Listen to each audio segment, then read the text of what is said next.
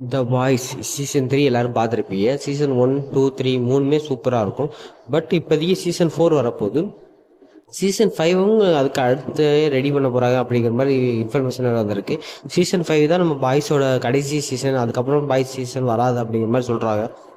அது போக இந்த சீசன் 4லேயே நம்ம புட்சர் இறந்துருவார். புட்சருக்கு அப்புறம் எப்படி நம்ம ஹோம்லேண்டரை கொல்ல போகிறாங்க, ஹோம்லேண்டரை ஒருவேளை நல்லா வர மாதிரி வரும் அப்படிங்கிற மாதிரிலாம் கதை போயிட்டுருக்கு. இந்த சீசன் 4 நம்ம ஜென்வி சீரீஸோட கன்வியூஷனாக வேறு வரப்போகுது.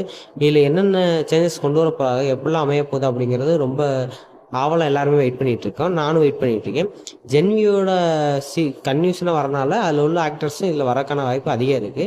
அது போய் இல்லை புட்சர் இறந்துருவாருங்கிறது தான் கொஞ்சம் டவுட்டாக இருக்குது. ஏன்னா அவர் இறந்துட்டா யாரை மையப்படுத்தி சீசன் 5 வரப்போகுது அப்படிங்கிற மாதிரி தெரில. அது மாதிரி சீசன் 5 தான் கடைசிங்கிறனால அதுக்கப்புறம் அதை பார்க்க முடியாதா அப்படிங்கிற மாதிரி தோணுது. ஸோ இதை பற்றி உங்கள் தாட்ஸ் எனக்கு கமெண்ட் பண்ணுங்கள். இந்த வீடியோ பிடிச்சிருந்தா லைக் பண்ணுங்கள்.